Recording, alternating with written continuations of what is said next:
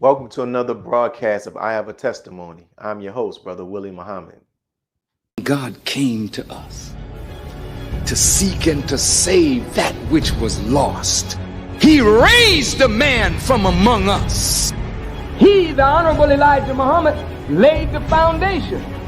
What I'm doing is something that comes from him through me, and the thing that he uses in me to do the work is my faith in him and the word that he taught. To produce men and women who wanted to clean up their life and build an independent nation for the glory of God. Today we have with us one of the unwrapped gifts, in my opinion, in our nation.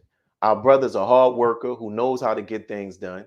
He's responsible for helping several cities transition from study groups to mosque status. He currently serves as the student minister of Muhammad Mosque number 78 in the city of Jackson, Mississippi. Our brother, Dr. Abram Muhammad. His girl, who was an activist in the movie, who didn't want to have nothing to do with it because Big Dog had decided to go on the dark side of making money. Right. At the end of the day, when Big Dog came to save them all, just like it always is, the black woman came to his aid. That's right. Right there. And it was Big Dog and Nina, I believe it was her name, or Nina, something to that degree. Mm-hmm. And they showed the black man and the black woman, Sister Crystal, lined up back to back, putting in work. Yes, sir. Mowing the enemy who came into our community to kill us all. Mm-hmm. Back to back. She told him in the beginning, they might be purging us for 12 hours for one day, but you've been killing us for 364 days. Mm-hmm. Meaning by him selling drugs and everything in his own community. Right. So what's the point I'm making with all this? The point I'm making is, even though he has made us a devil, even though he has made us other than the child of God, if you just leave us alone, if you just allow us to see, our eyes become open as to what's taking place in front of us. If you would just hearken unto the voice of the Honorable Minister Louis Farrakhan, hear the life-giving teachings of the Most Honorable Elijah Muhammad. Yes, sir. Realize that this enemy is not only an enemy of yours, but he's an enemy of God himself, which makes him an enemy of yours. I sound like him, brother Dr. Abram. Thank you for accepting our invitation to be a guest on the show. I got caught up in the clip, man. Oh, wa alaikum salam. Thank you, sir. Well, praise be to Allah. We're going to get straight into the interview, man. So once again, thank you. So my first question is, first, let me begin by thanking you for the work that you have done and are doing and will do, inshallah, in the city of Jackson, Mississippi. So how are the believers handling the reopening of our mosque there? All praise due to Allah. Wow. That's a nice clip you have there, brother. The believers are doing wonderful, brother. They're excited, motivated. I mean, they've just been waiting on this opportunity to not only get back to seeing each other, but to be able to get back to the work physically of going after our people and bringing them into the knowledge of God and themselves, and doing the best we can to improve the conditions. So the spirit is on high. It was even higher today, and we're looking forward for it to continue to be on high going forward. Praise be to Allah. And so what are some of the plans that you and the laborers have for the mosque, and even just the mosque there in its reopening? Oh, well, praise be to Allah. Thank you for that question, brother.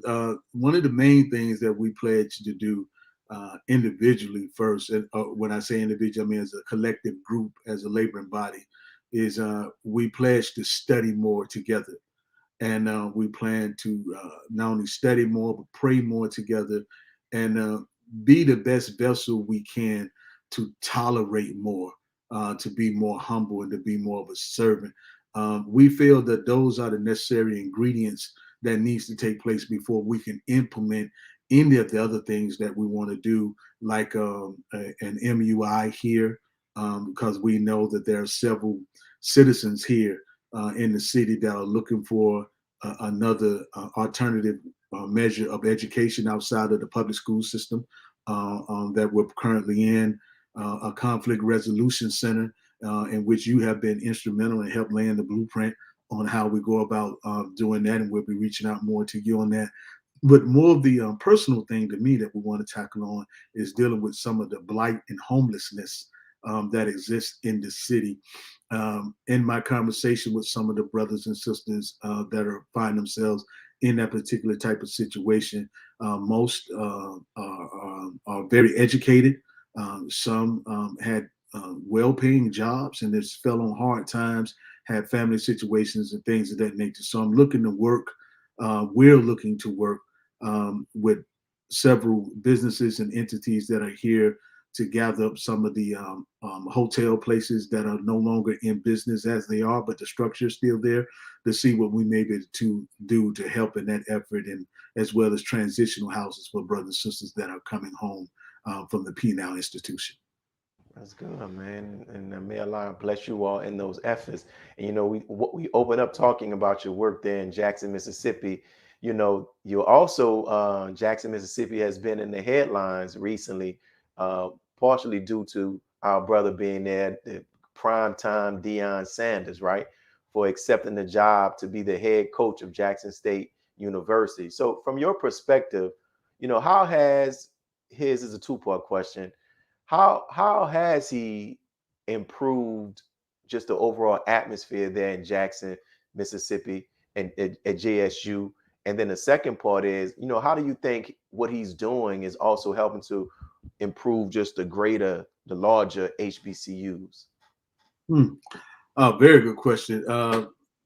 I know as being blessed to be a part of the football staff here at the Jackson State University, as we say, I can tell you that Coach Prime's impact is far-reaching than just here in the city of Jackson. Now, of course, to answer your question, here in the city, the impact that he has had on the city has been millions in terms of economic impact by what we're able to do and what we're accomplishing by God's grace so far, has allowed the fan base to come back out. Now, Jackson has always supported its team, but the numbers have grown even more so with the record that we're currently doing and the success that we're blessed to currently share.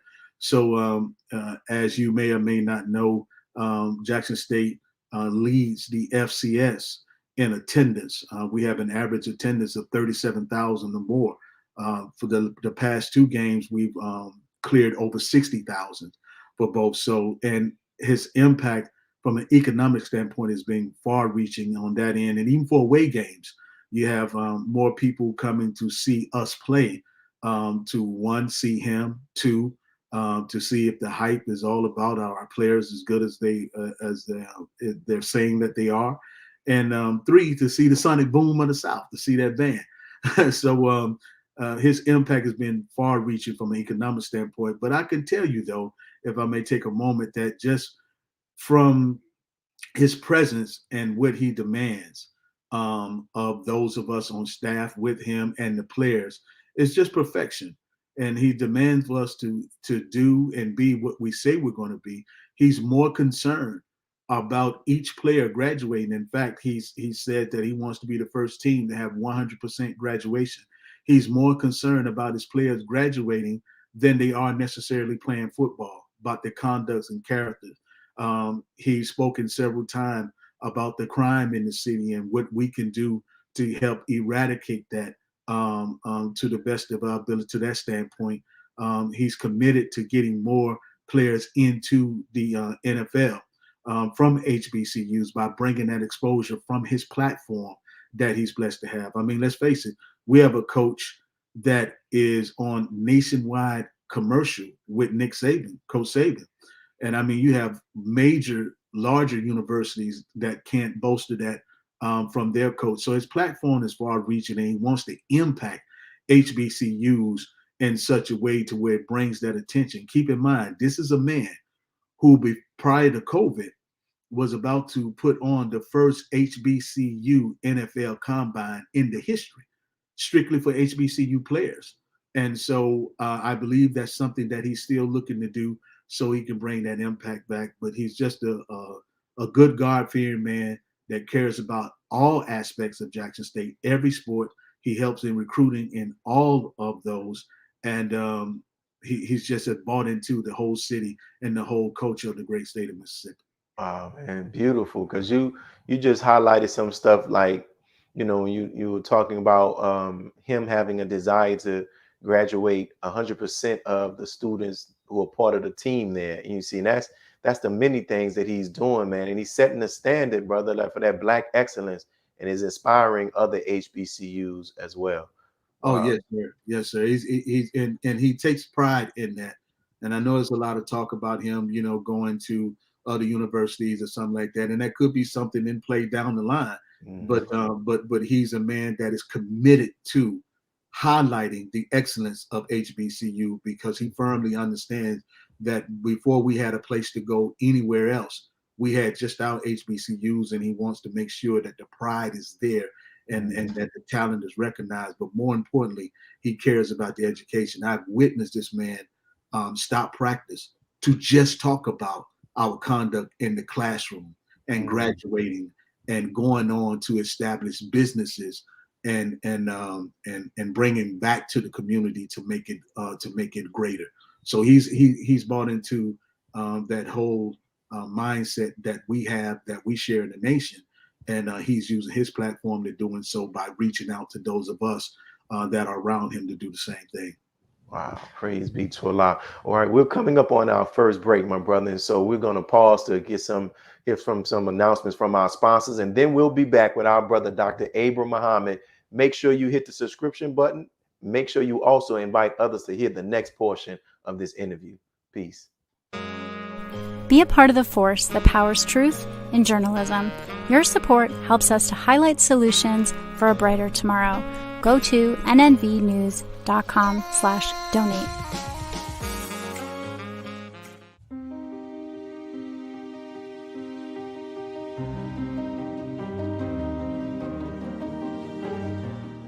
Now you can get the same uncompromising truth you've come to expect from the Final Call newspaper on all your connected devices.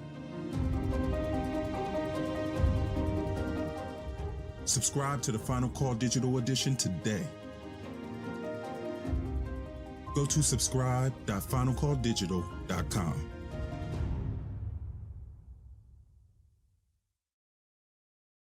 The hashtag Bank Black social media campaign made strides not only in revolutionizing how we bank, but also how we think. The movement inspired thousands of African Americans across the country to transfer or deposit millions of dollars into Black-owned banks. These are banks that will invest in urban communities, employ African Americans, support Black businesses, and inspire Black home ownership. This is a very proud moment for our culture as we are taking small, but significant, steps towards building Black power through Black wealth.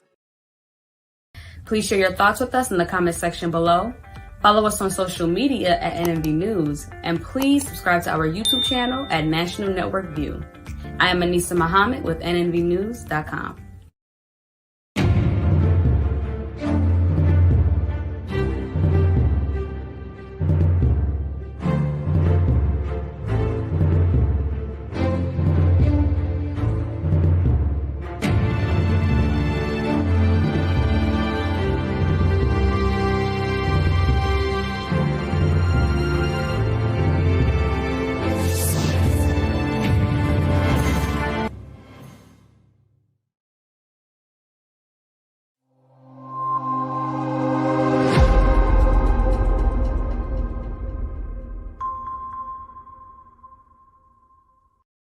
We're back, brothers and sisters, to continue our interview with the student representative of the Honorable Minister Louis Farrakhan in the city of Jackson, Mississippi, Mosque number 78, Dr. Abram Muhammad. So, Doc, I'm familiar with some of the great work that you've done in the state of Florida and what you're doing in there in Mississippi. However, I don't recall hearing or knowing, being aware of how you actually came to be aware of the teachings of the Most High Elijah Muhammad and eventually accept. So can you share that story with us, my brother?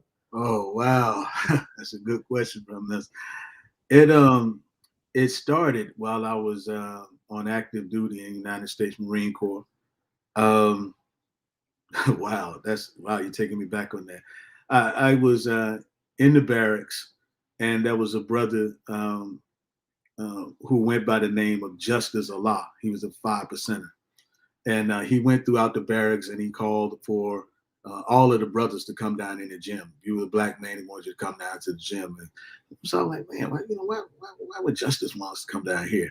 And so he got in the gym and he started talking about message to the black man and, of course, the 5% teaching at that time. So during that time, I became more aware, listening to Public Enemy, KRS-One, Rakim, Poor Righteous Teachers, Brand Nubian, all the conscious rap that was taking place at that time. And I would always hear this name, Farrakhan. Like, man, who is this? What's this guy Farrakhan they keep talking about?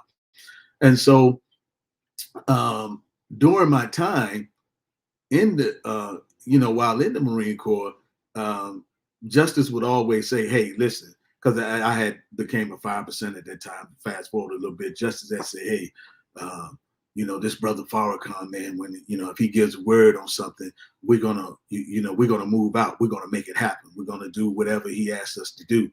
And so I was married, and my wife was in the 5% too at the time. My wife of that time, she's have made us transition since that time back to Allah. And women are always a little more spiritual than the brothers. And so she became more in the teachings, started listening more to the teachers, and started going to the mosque. And so I'm around here still talking about, I'm arm, leg, arm, head, I'm God. I don't need to go to the mosque. I don't need this. I don't need that. I already know who I am, so on and so forth. So suffice it to say, after getting out of the Marine Corps, I'm in law enforcement at this time, have been in law enforcement for a little while.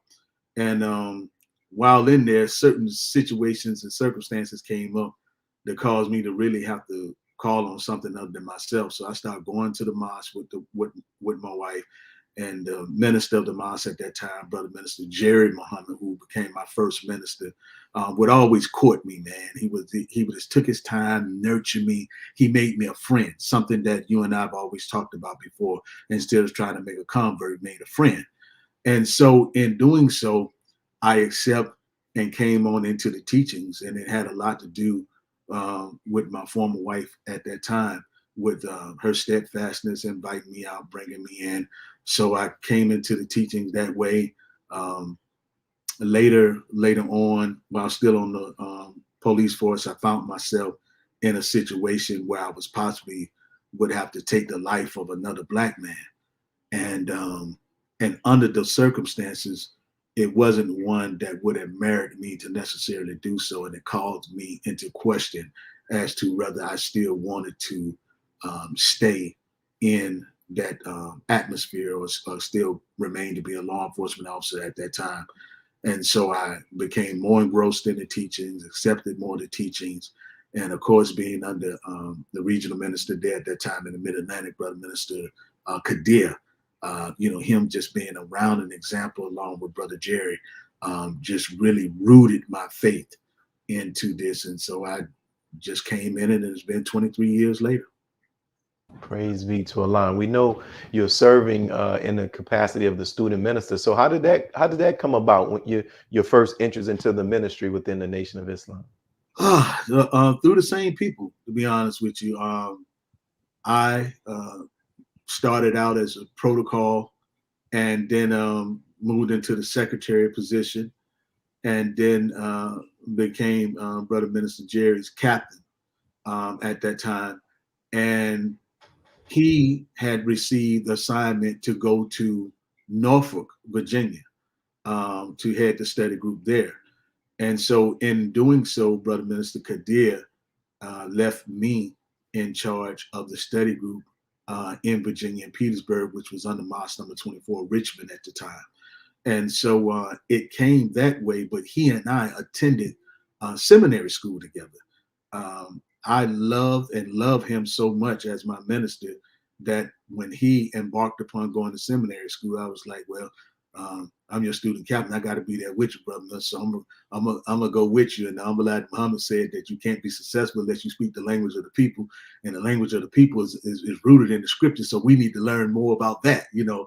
So that's how I end up going to seminary school, and how we both we were going just for a few classes, but man, to be honest with you, and then just end up going all the way and receiving our doctorate in theology at that time.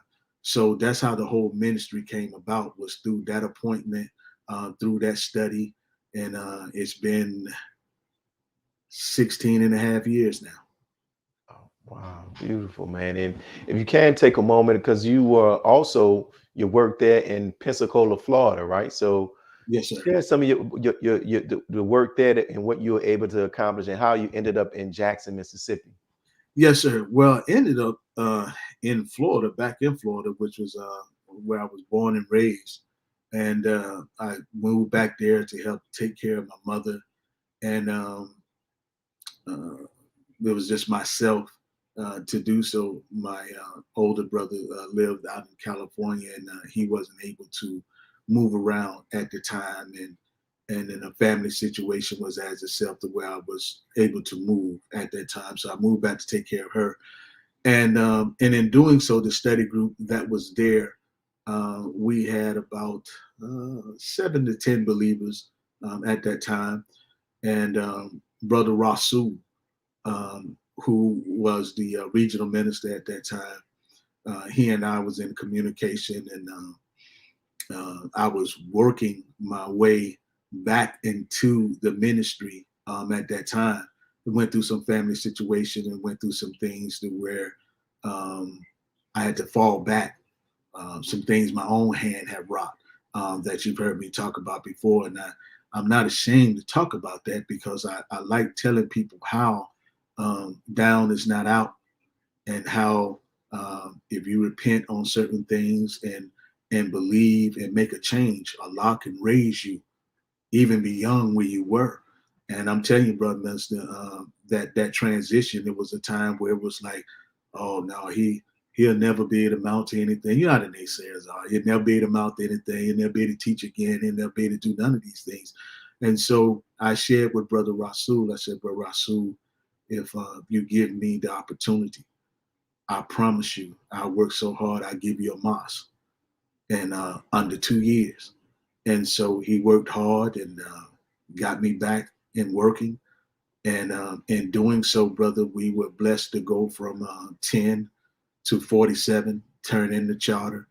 And at that time, up until last month, as you know, we became mosque number 98 during that time back in 2011. And so we were blessed to do some good works from Pensacola, that he assigned me to cover the whole Panhandle region that went from Pensacola over to Jacksonville at the time. And we were able to turn in a charter for Jacksonville, which was mosque number 66. And then he gave me latitude to go all the way down to Tampa under his charge. So we did some beautiful, great works there during that time frame. But it was never really my intention, brother minister, to move back home to stay. So therefore, after my mother had passed and had been there for a while, I'm kind of like one of those old rugged soldiers that's looking for a new battle, a new war to always fight, new territory to always conquer. And so therefore, I've always been in touch with Brother Sharif, Brother Minister Sharif here in the Southern region. And we talked about, just coming back and forward and helping with some of the cities here in Jackson. Here in the great state of Mississippi, but specifically here in Jackson. And so that was how it was supposed to be, just to come and, help with some of the cities and, start anew and go from there. But the presiding minister at the time, Brother David Muhammad, as you know, who made sure the flag was unfurled for 9 years, had some family situation that needed his attention. The good man he is, asked if I would, step in for a little bit. You know how it goes in the nation. That, hey, just hold us down for 90 days and we'll get somebody. That type of thing. You know how it goes, brothers. So between he and Brother Sharif, that took place, and through Brother Minister David Muhammad, allowing me to step in and help during that time. We were making certain traction and doing certain things, and he, being such a nation man, said, well, brother, let's just go ahead and keep it that way. Let's just keep the seat as it is, man, and I'll be here to help you up until it's time for me to move. And so therefore, that's how it came about, me being here here in Jackson and making connections with those who have gone before me, Brother Mr. Charles, Eddie, all of those whose shoulders I'm standing on, and trying to make some progress and measure of things now throughout the great state of Mississippi, and now reaching over and helping Monroe, Louisiana, even becoming mosque number 99 there. So it's just been a blessing, brother. Praise be to Allah. And we're coming up. We have about about 1 minute before our next break. But can you briefly, for those who may be over study groups who will see this, if you can just briefly, I know it's maybe a little hard, just some of the things that you did to help get from that study group to the mosque status. Yes, sir. Well, one thing that I always preach and that we have to do, brother, is that we have to be into the business of making friends and not converts. And so you have to engross yourself into the community affairs so they know who you are and what you're about, and having a sincere care about the affairs of the community. Engross yourself in that. Be an example through what we see through the Honorable Minister Louis Farrakhan of how we should be to the people, and be what the Most Honorable Elijah Muhammad asked the Master Fard Muhammad as to how you can save the people. He said you do it by doing 7 words. Be what you want them to be. So if we go about doing those things, and of course there's some other things that we may be able to get into in the other segment that is from a strategical standpoint that help. But first and foremost, be a friend first. And I would like to highlight, we come back in time for me, why is that part so important in going from study group to mosque? Beautiful, man. And the time is going by fast. We're up on our next break. So for those who are watching, if you're just tuning in, we're here with our brother, Dr. Abram Muhammad, and he's the student minister of Jackson, in Jackson, Mississippi, mosque number 78. So stay tuned as we pause from these announcements from our sponsors, and we'll be back to hear more of our brother's interview. Peace. Be a part of the force that powers truth in journalism. Your support helps to combat false media. Cash App NNV News. AsiaticMinds.com. Online education, helping our children to discover their God-given skills, gifts, talents, and passion that will allow them to see their greatness, as well as the greatness of our people. And upon discovering that greatness, infusing them with the desire to use it for the betterment of themselves, their families, our people, and the world. 2022 through 23 enrollment waiting list open now. Visit AsiaticMinds.com. Worldwide, 24 hours a day, 7 days a week. Download the Final Call Radio app and take us everywhere. On your phone, on your computer, on your tablet, on Instagram, Facebook, and Twitter. You can also log on to finalcall.com and click the Listen Live button, or finalcallradio.com. Final Call Radio, the official voice of the Honorable Minister Louis Farrakhan and the Nation of Islam.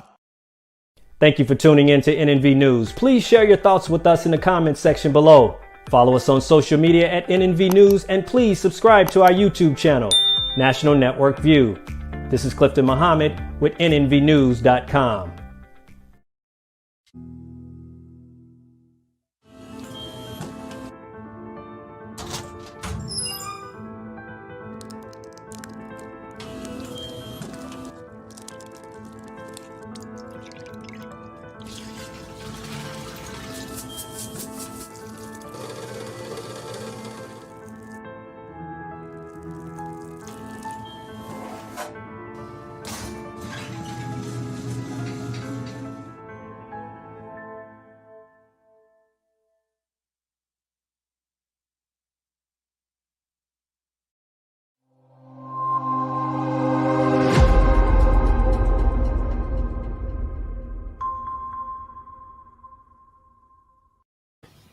And we're back, brothers and sisters, with our interview with our brother, Dr. Abram Muhammad. And prior to us going on to break, he was sharing about, he talked about being friends instead of so much focusing on converse. And he said there's also some strategic stuff that we can do. So, Doc, can you briefly share some of those strategic things?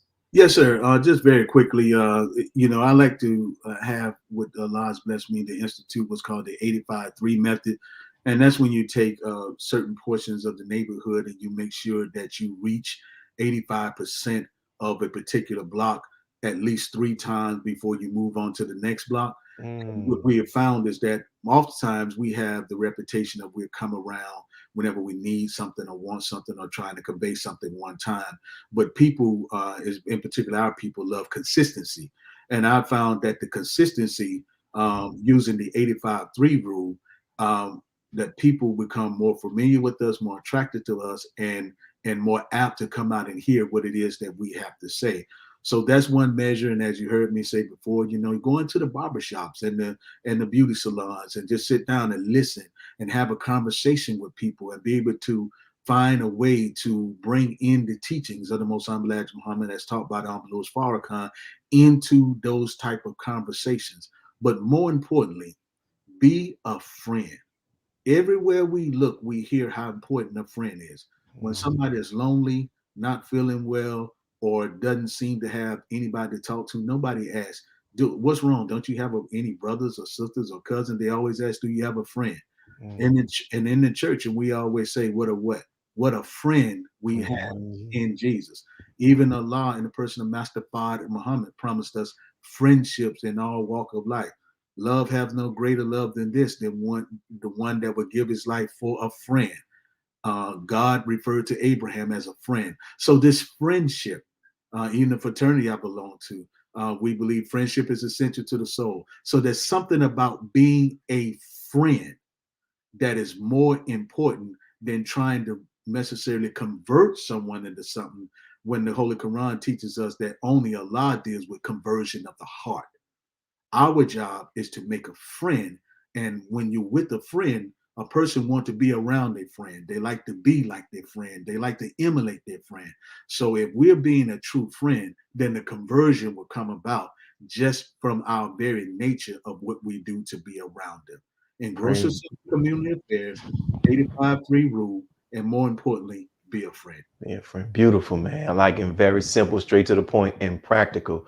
While preparing for this interview, I came across this picture, which our producers are going to leave on the screen. And this is a picture of yourself and Student Minister Darrell of Macon, Georgia, and the Honorable Minister Louis Farrakhan. Can you share with us the backstory behind this picture and how it came about?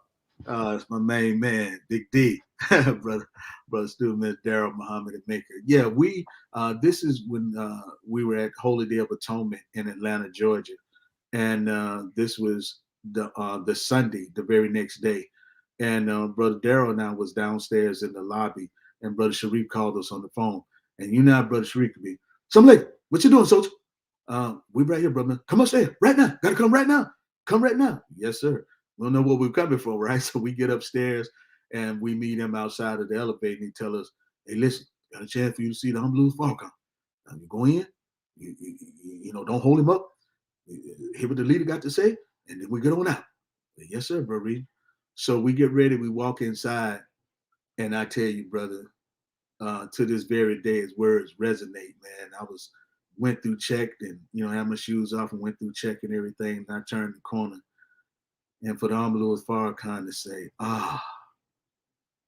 my Mississippi preacher. Oh my God, brother. I mean, that just did everything, brother. So we sat there at the table and we talked for a while, and he shared some things. And so he asked, he said, so brother, what is it that's going on in your city? What are you doing? And I shared with him at the time, and I was very nervous because I hadn't gotten permission what I'm about to say or anything, but you know me, brother, I like to think out of the box. And so I said, with the apostle, I said, I just want to report to you that we had over 500 first-timers to view the Holy Day of Atonement at the watch party yesterday. He said, what? He said, watch party? What are you talking about, son? And I said, well, Brother Minister, I said, I've gone back to school I'm seeking to get my doctoral in criminal justice, and because I want to teach on a postgraduate level. And I said, and since the election is coming up, and you're speaking about those that are running, I'd use that as a platform through the political science office to set up live streaming as a watch party to hear what you had to say about the candidates to help people make a valuable choice when they go to the poll to make their choice for the presidency. Man, he hit the desk and he said, Sharif, he said, that's the kind of out of the box thinking I like. He said, what you call that, son? I said, a watch party, brother minister. And then from there, next thing you knew, we were blessed to start having watch parties throughout the nation. Now, I'm not saying that to try to toot my horn or anything like that whatsoever. I'm just stating how that meeting and that photograph came to effect. And Brother Sharif and Brother Darrell are my witness to that. And so from there, Brother Joshua was there. And he said, brother, y'all stand up right there and take a picture with y'all with my father. And he took the picture, and that's how it came about. Praise be to Allah, man. I know that's not, you don't have a spirit of a boaster, and you're telling your testimony, my brother. And that is, those type of stories always inspire me thinking outside of the box, man. So thank you for sharing that. So now when I see that picture, I can give people the background of it as well. And so, the show is titled, I Have a Testimony, and where we give people the opportunity to stand before, just to share their testimony, right? And to give people, to help our viewers get a better understanding of the Honorable Minister Louis Farrakhan and his qualities and different things. So if you have the opportunity to stand before the world and share with the world what you have learned of the Honorable Minister Louis Farrakhan, what would be some of the things you would share or qualities of the minister that you would share, and why? Oh, brother, love personified. And the Honorable Louis Farrakhan has taught us that love is not a noun, it's a verb. It's actions, love personified, brother. I mean, I never thought in my life that I would literally meet a person who could actually take a cursing and give back a blessing. I never thought that I would meet a person who would lay their very life on the line for their people and have laid their life on the line. I mean, let's face it, here's a man that was making $500 a week back in the 50s. That's good money today to do this work of his father. Humility. I mean, I remember going to seminary school and the professor saying, those that wish to undertake this work in becoming a pastor, bishop, preacher, whatever the case may be, he said, you have to be like a doormat where everybody comes and wipe all manners of things on before they enter the home. But at the end of the day, you have to go and shake that doormat out and lie it down, and it still must read, welcome. Oh my God.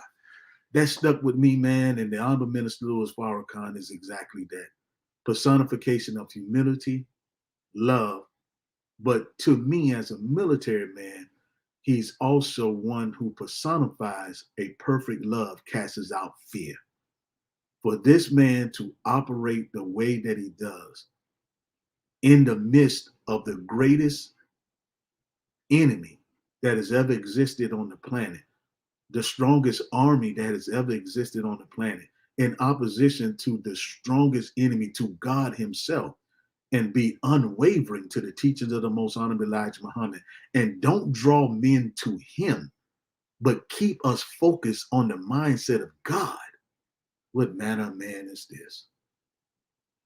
Beautiful. And this is kind of, if we can talk some more about this, what are, some of the valuable lessons that you would say that you have learned from the Honorable Minister Louis Farrakhan? Those things that I just spoken of, that you have to know and understand that sometimes when people say and do things, it's not necessarily you. They're acting out to something that has affected them. And this is why it's so good that he drew us to going and studying dynamics and understanding the dynamics of what has happened to us. and what trigger mechanisms can take place that can bring out certain things. So to see the minister be lied on, talked about, even betrayed to a certain degree by those that claim to love him outwardly and so on and so forth, but yet still be at their aid, be at their assistance, and to still work day and night to get us on the path that we will be found favorable to God. I mean, man, it's just learning how to work without ceasing, loving without ceasing, but more importantly, taking plenty and still taking that cursing and giving back a blessing. I mean, those lessons I've learned from the minister and how to be true and disciplined. Speak truth to power. Be truthful, regardless to whom or what. And just do what you say you're going to do, making your word bond. I would say, and going on that. Here's a man that if he says he's going to do something, he's going to do it. And I mean, how many of us can have that kind of impeccable integrity? Beautiful, man. This time is moving. So we're coming up on our final break, brothers and sisters, but we're here. And I hope, like I am, I hope you all are enjoying this interview with Brother Dr. Abram Muhammad. Make sure you hit the subscribe button. Make sure you share this and invite other people in to hear the last portion of his interview, but also to watch the rebroadcast. More people need to hear what our brother is sharing. So we're going to pause to hear from our sponsors, and we'll be right back with our guests. Be a part of the force that powers truth in journalism. Your support helps us to highlight solutions for a brighter tomorrow. Go to nnvnews.com/donate. Individually, we are poor when you compare us with white society in America. We are poor. Collectively, we are richer than all the nations in the world, with the exception of 9. That's power right there, if we know how to prove it. We begin the process of building a greater economic base, and at the same time, we are putting pressure where it really hurts. We don't have to argue with anybody. We just need to go around to these stores and to these massive industries in our country. Say, God sent us by here to say to you that you're not treating his children right. We come by here to ask you to make the first item on your agenda fair treatment where God's children are concerned. Now, if you're not prepared to do that, we do have an agenda that we must follow. And our agenda calls for withdrawing economic support from you. We mean business now, and we are determined to gain our rightful place in God's world.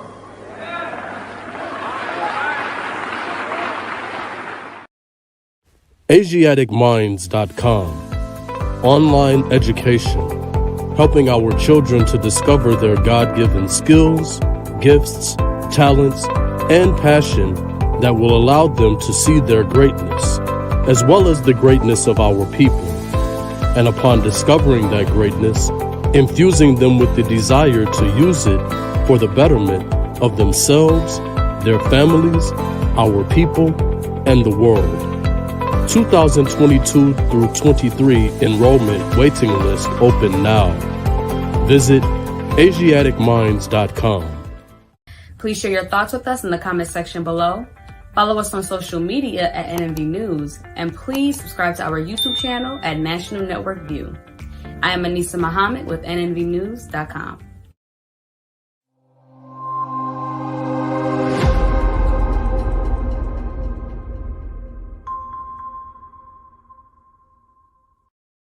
And we're back, brothers and sisters, with the final portion of our interview with the student representative of the Honorable Minister Louis Farrakhan there in the city of Jackson, Mississippi. So, Doc, you mentioned about how you were a member of your fraternity, Omega Psi Phi. Am I pronouncing it right?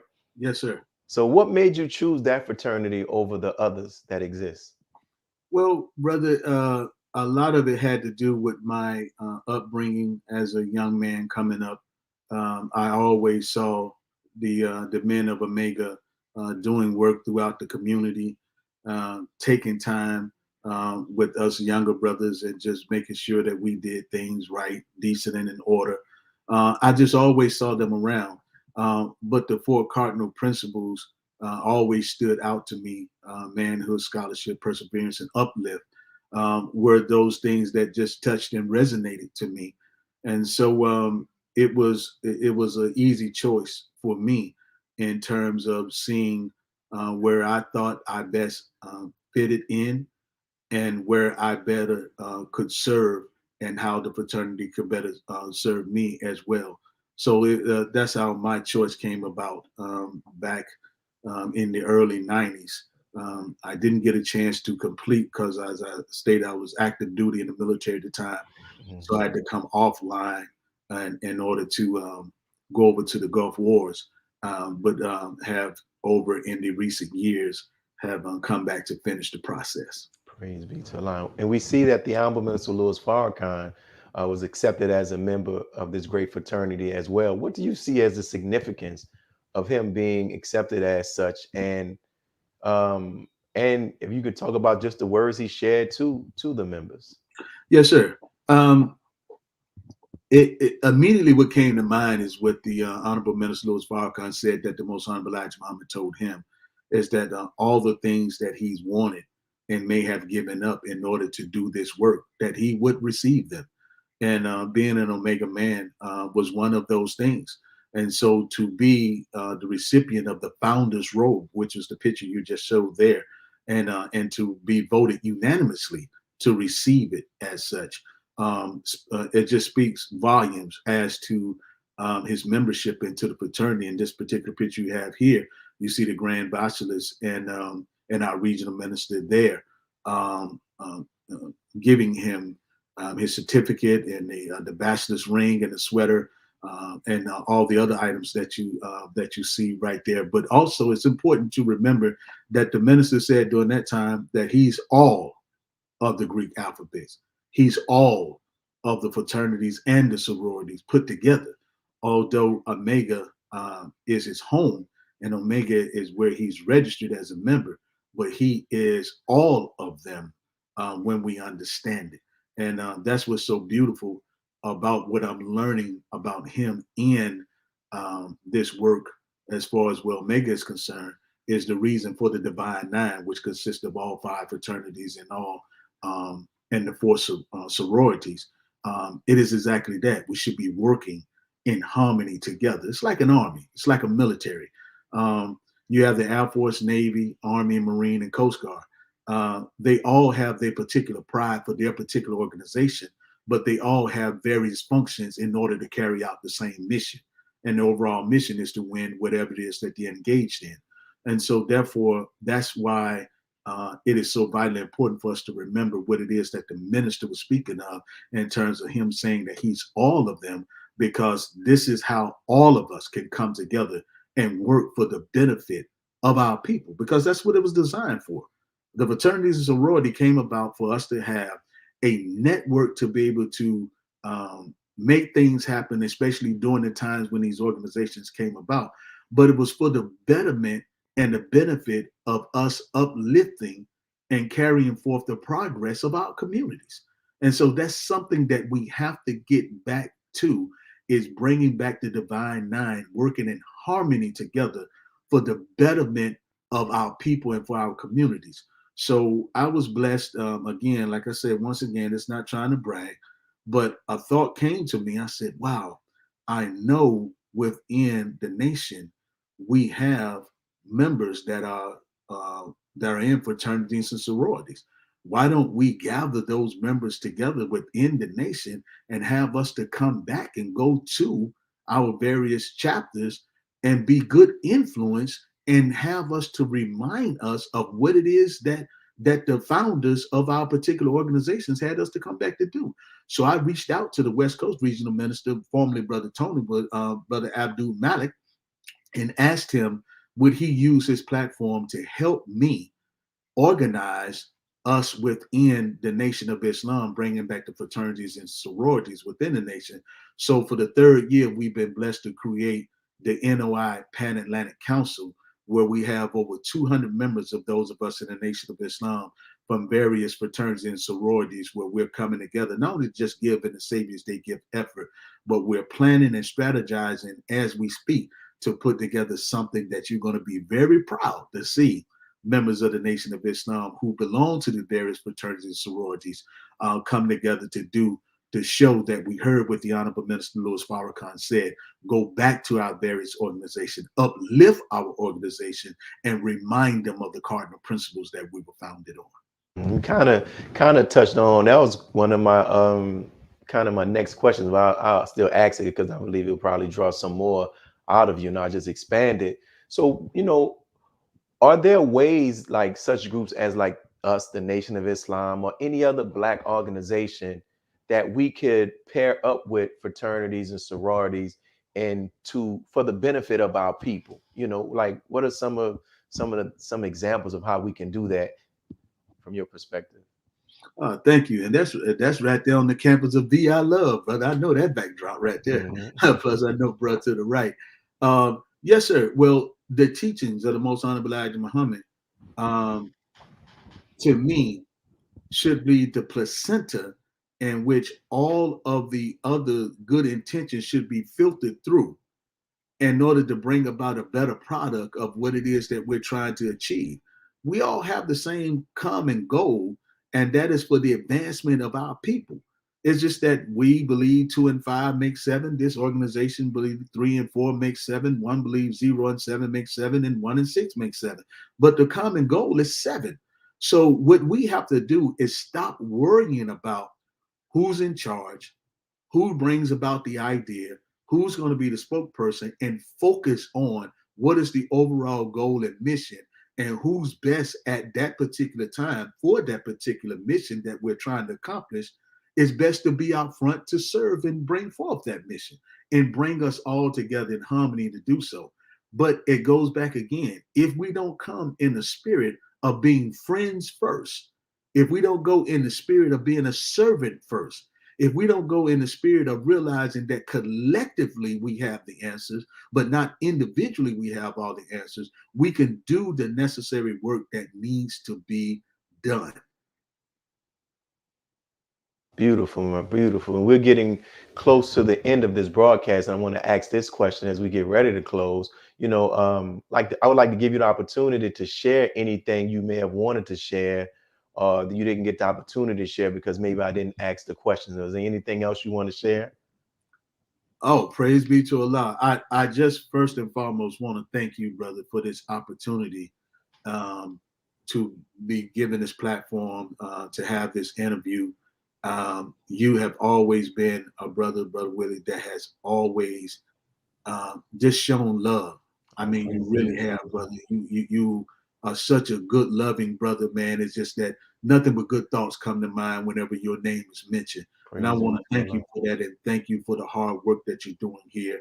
And I just want to thank my family as well, brother, for just putting up with me, man. I mean, people ask me, brother, how you doing? I say, man, I'm fine. They put, how your family doing, man? They putting up with me. I'm ahead of the game.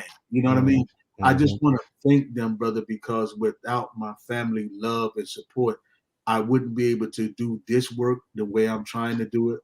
I wouldn't be able to do my work as the deputy director here in the city of Jackson for over Parks and Recreation.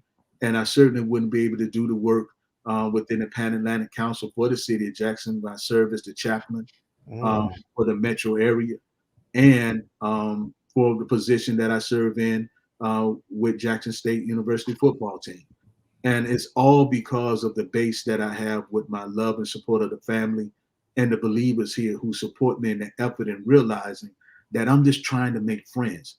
I'm trying to influence people where I am by being where I am.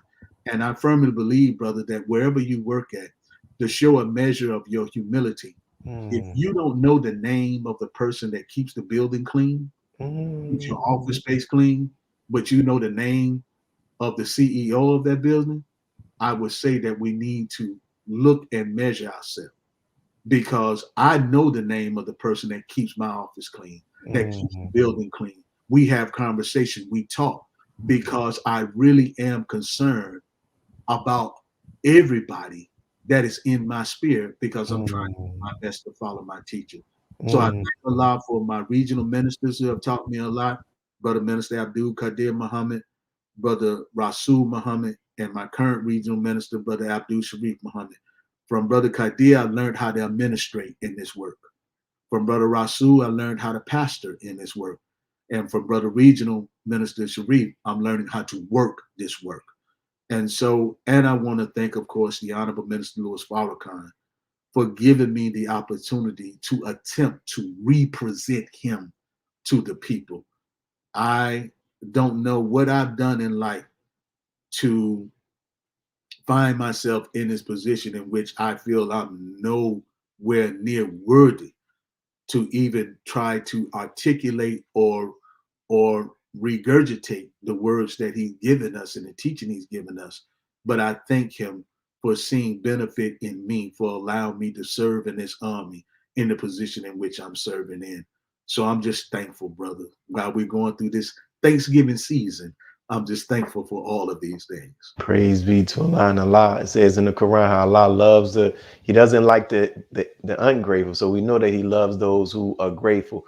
My brother, thank you for your testimony. And I was thinking, I remember when you were here in the city, you participated in the one that we were doing before we started doing this online, and you came and gave a mighty word to the believers on that Wednesday night, brother. Thank you, man.